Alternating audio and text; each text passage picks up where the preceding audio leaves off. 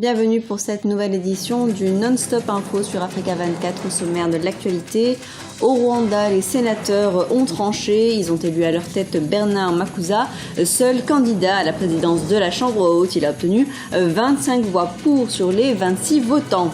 Et depuis 2 jours à Marrakech, au Maroc, se tient un forum sur le financement du développement en Afrique. L'événement a enregistré la participation de nombreuses délégations. Reportage dans cette édition.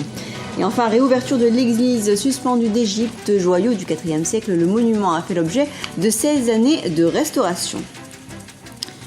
Élection au Sénat au Rwanda, Bernard Makuza est le nouveau président de la Chambre haute. Il succède ainsi à Jean Damascène Ntahoukouri-Riayo qui avait démissionné en septembre dernier. Élu à 25 voix pour sur 26 votants, Bernard Makuza présidera le Sénat pour un mandat de 5 ans. Reportage de notre correspondant à Kigali, Oliva Jacotan.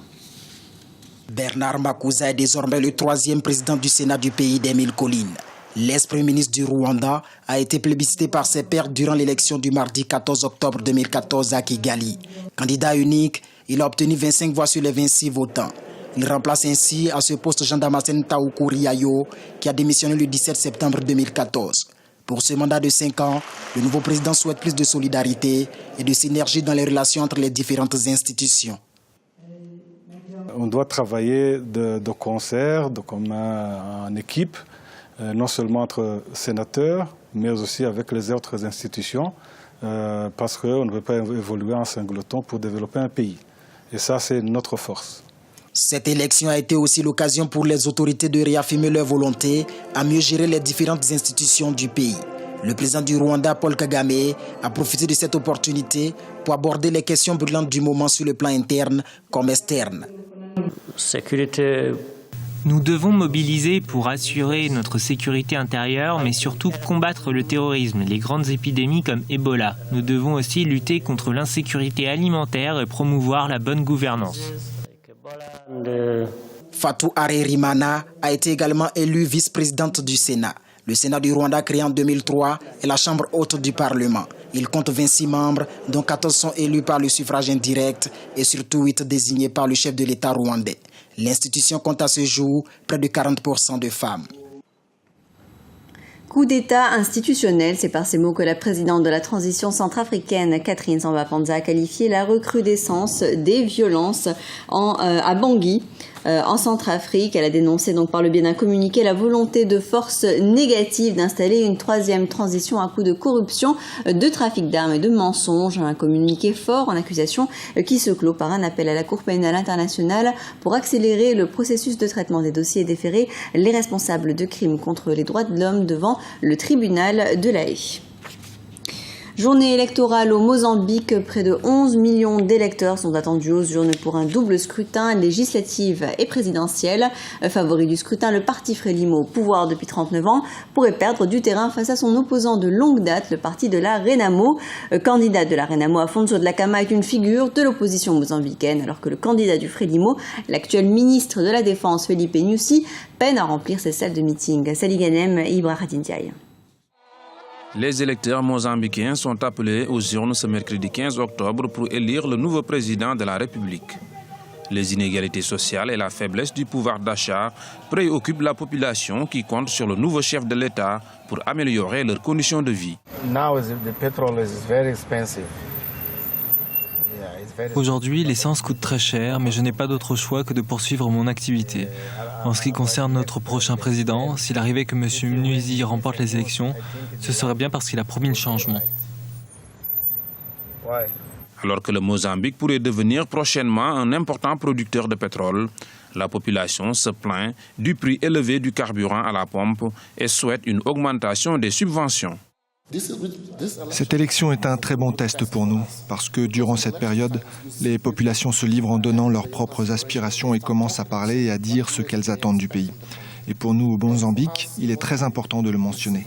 La gestion des exceptions de la population, parce qu'on entend parler de pétrole et de gaz et ils se tournent vers le Qatar, ils se tournent vers la Russie. Ils regardent les autres pays qui sont en voie de développement, dont l'économie est basée sur le pétrole et le gaz. Et ils disent, alors pourquoi ne sommes-nous pas à ce stade ? L'actuel président Armando Guebuza du parti Frelimo ne peut se présenter pour un troisième mandat à la tête de l'État. C'est Philippe Yuzi, ancien ministre de la Défense et de la même formation politique, qui en est le candidat. Le scrutin l'opposera au leader de l'opposition du parti de la Renamo, Afonso Lakama. Depuis 2 jours, Marrakech, la ville ocre, abrite le Forum pour le financement du développement en Afrique. C'est la première édition organisée hors d'Addis Abeba en Éthiopie, un événement symbolique de ce fait pour le Maroc qui a quitté l'Union africaine en 1984 mais qui reste très présent économiquement en Afrique subsaharienne. Reportage de nos envoyés spéciaux à Marrakech, Marie-Angèle Touré et Ella Djendiaye. Des modes de financement innovants pour la transformation de l'Afrique. C'est sous ce thème que le 9e Forum économique africain a ouvert ses portes ce lundi à Marrakech. Un forum auquel participent plus de 800 dirigeants africains. Objectif: réfléchir sur le financement pour un développement durable du continent africain, avec un PIB qui a doublé entre 1995 et 2012, passant de 656 milliards de dollars à 1369. Le continent fait partie des zones économiques de forte croissance.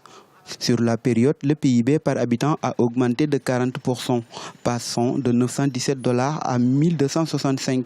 Le continent possède certes des perspectives de croissance, mais il est confronté à un déficit de financement. L'Afrique a souffert du manque de politique appropriée. Les flux illicites de capitaux sont un scandale sur lequel nous devons nous pencher de plus près. Si le continent se trouve tout en bas de l'indice de transparence, c'est tout autant en raison de la situation actuelle qui sert les intérêts de ceux qui établissent le classement que de ceux qui profitent de la corruption dans les pays. Les migrants africains envoient plus de 50 milliards de dollars des États-Unis et, outre le sacrifice que cela représente pour eux, ils payent les commissions de transfert les plus élevées du monde. En 2012, les investissements d'impact ont représenté environ 8 milliards de dollars dans le monde, et un tiers d'entre eux sont allés en Afrique. Il s'agit là d'une nouvelle source novatrice de financement qui pourrait bien devenir un complément important des placements traditionnels. Les investissements d'impact peuvent avoir des effets positifs directs et indirects sur le développement humain dans des domaines tels que l'éducation, la santé et l'environnement. Selon la CEA, la Commission économique des Nations Unies pour l'Afrique, le continent a besoin de 200 milliards de dollars par an pour soutenir et accélérer son développement. Les besoins en infrastructures sont estimés à quelques 90 milliards de dollars par an. Pour le président sénégalais Macky Sall, il est possible de relever ces défis à condition d'aplanir certaines contraintes qui freinent l'élan des pays africains vers le développement. Je vais en citer une seule contrainte, c'est le plafond d'endettement. Il n'y a plus d'aide publique au développement. Et vous ne voulez pas que les pays s'endettent pour financer leurs infrastructures. Mais comment allons-nous nous développer? C'est une grande problématique qui est posée. C'est ainsi que le Fonds Africa 50 a été mis en place par la BAD. Ceci pour doter le continent africain d'un mécanisme innovant permettant d'accroître la mobilisation de ressources à grande échelle et d'attirer des financements privés pour la réalisation des infrastructures nécessaires au développement du continent. Il est plus pertinent que jamais de reconnaître que l'Afrique d'aujourd'hui a plus besoin de partenariats gagnant-gagnant plutôt que d'assistance conditionnée. Des partenariats susceptibles de jouer le rôle de catalyseur pour la mobilisation des ressources financières, de faire progresser l'intégration économique régionale et d'améliorer le positionnement de l'Afrique dans la chaîne internationale de la création de la valeur.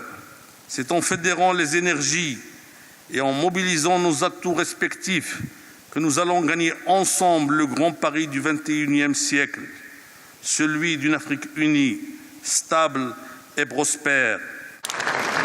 Le sommet de Marrakech se décline en 5 axes qui sont la mobilisation des ressources nationales, la lutte contre les mouvements financiers illicites, les capitaux privés, les nouvelles formes de partenariat et les questions de financement contre le changement climatique. Cette rencontre entre experts africains va se dérouler jusqu'au 16 octobre. Et la célèbre église suspendue d'Égypte rouvre ses portes. Après 16 longues années de restauration, cette église copte qui date du IVe siècle est l'un des plus importants monuments historiques du pays et un symbole de paix confessionnelle. Ibrahim Diaye.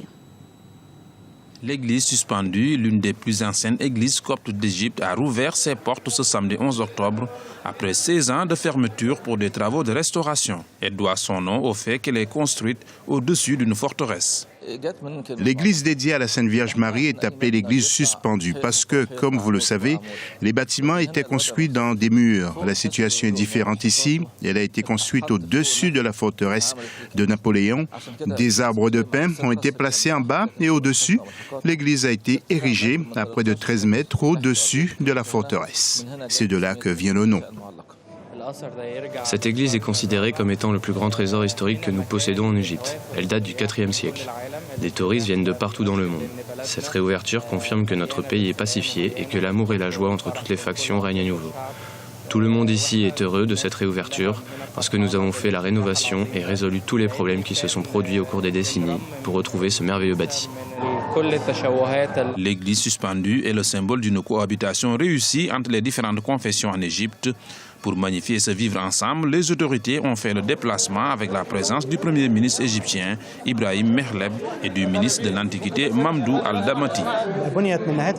Cette église est l'une des plus anciennes églises d'Égypte. Elle a été construite à la fin du IVe siècle et au début du Ve siècle, avec une valeur historique dans la civilisation égyptienne moderne. C'était la résidence du patriarche à un moment donné, qui a abrité des élections et cérémonies religieuses. En plus de sa valeur artistique, nous avons des pièces spéciales datant du 8e siècle et la plupart recueillies entre le 5e et 18e siècle. Ces pièces constituent des trésors qui sont conservés dans cette église. L'édifice avait été endommagé par les eaux souterraines. La restauration a coûté 4,5 millions de dollars. C'était le journal de la rédaction. Merci de l'avoir suivi. Dans un instant, une nouvelle édition du Non-Stop Info sur Africa 24.